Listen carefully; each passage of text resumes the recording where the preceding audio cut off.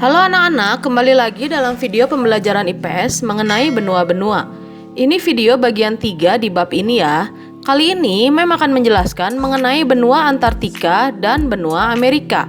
Apakah kalian sudah siap? Fokus ya. Kali ini kita ke benua Antartika. Benua Antartika adalah benua yang terletak di kutub selatan bumi dan merupakan tempat terdingin di bumi. Hampir seluruh wilayahnya tertutup salju. Suhu di benua ini yang sangat dingin membuat benua ini tidak memiliki penduduk asli ataupun penduduk tetap. Mereka yang menghuni benua ini hanya peneliti dan ilmuwan yang menempati wilayah itu hanya untuk beberapa waktu. Di benua ini, matahari terbit di bulan Oktober dan terbenam di bulan Maret. Artinya, di benua Antartika, satu malam hari terjadi selama 6 bulan dan satu siang hari terjadi selama 6 bulan juga. Wah, unik bukan? Mengapa hal ini bisa terjadi? Karena letak benua ini sangat jauh dari garis khatulistiwa dan kemiringan bumi yang menghalangi sinar matahari untuk menyinari benua ini. Sekarang kita ke benua Amerika. Benua Amerika terletak di antara Samudra Atlantik dan Pasifik. Benua ini disebut benua merah karena penduduk asli benua Amerika adalah suku Indian yang dikenal sebagai bangsa kulit merah. Disebut berkulit merah bukan karena kulit suku Indian beneran merah anak-anak, tetapi karena mereka mencat kulit mereka dengan cat merah. Dunia mengetahui bahwa seorang pelaut asal Italia yang bernama Christopher Columbus menemukan benua Amerika pada tahun 1492.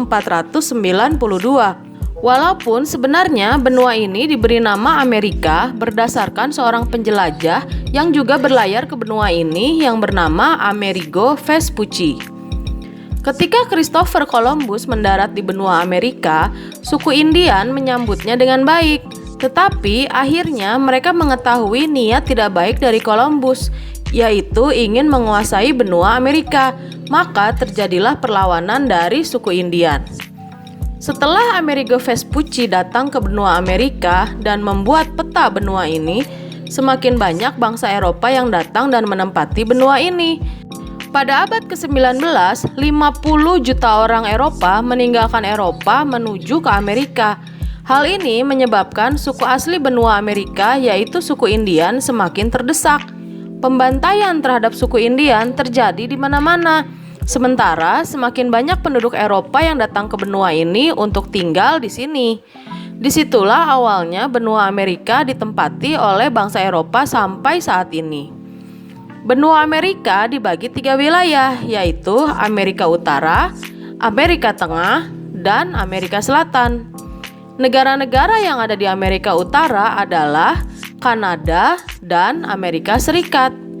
Di Amerika Utara juga ada sebuah wilayah yang bernama Greenland yang masuk ke dalam kekuasaan Denmark di Eropa. Negara-negara yang ada di Amerika Tengah adalah Meksiko, Kepulauan Bahama, Kepulauan Karibia, Guatemala, El Salvador, Honduras, Nicaragua, Costa Rica, dan Panama. Sementara negara-negara yang ada di Amerika Selatan adalah Argentina, Brazil, Bolivia, Chili, Kolombia, Ekuador, Guyana, Paraguay, Peru, Suriname, Uruguay, Venezuela, Guyana Prancis, dan Kepulauan Falkland. Ada sebuah negara di Amerika Selatan yang penduduknya keturunan Jawa dan memiliki bahasa sehari-hari bahasa Jawa. Iya betul, negara itu bernama Suriname. Pada masa penjajahan Belanda di Indonesia sekitar tahun 1890 sampai 1939, Belanda banyak membawa rakyat Jawa ke Suriname untuk dijadikan budak di perkebunan. Itulah yang membuat Suriname sampai saat ini memiliki penduduk yang berdarah Jawa. Di benua Amerika bagian barat terdapat barisan pegunungan yang memanjang dari ujung Amerika Utara sampai ke ujung Amerika Selatan. Barisan pegunungan ini sebenarnya termasuk ke dalam Ring of Fire yang menyatu sampai ke Asia. Di benua Amerika juga terdapat sungai terlebar di dunia, yaitu Sungai Amazon. Sungai ini terletak di negara Brazil, Amerika Selatan, dan terkenal dengan ikan buas yang hidup di dalam sungai ini, yaitu ikan piranha. Sungai ini ada di dalam hutan Amazon yang merupakan hutan tropis terluas di dunia. Karena sangat luasnya, hutan Amazon ini menempati 9 negara di Amerika Selatan.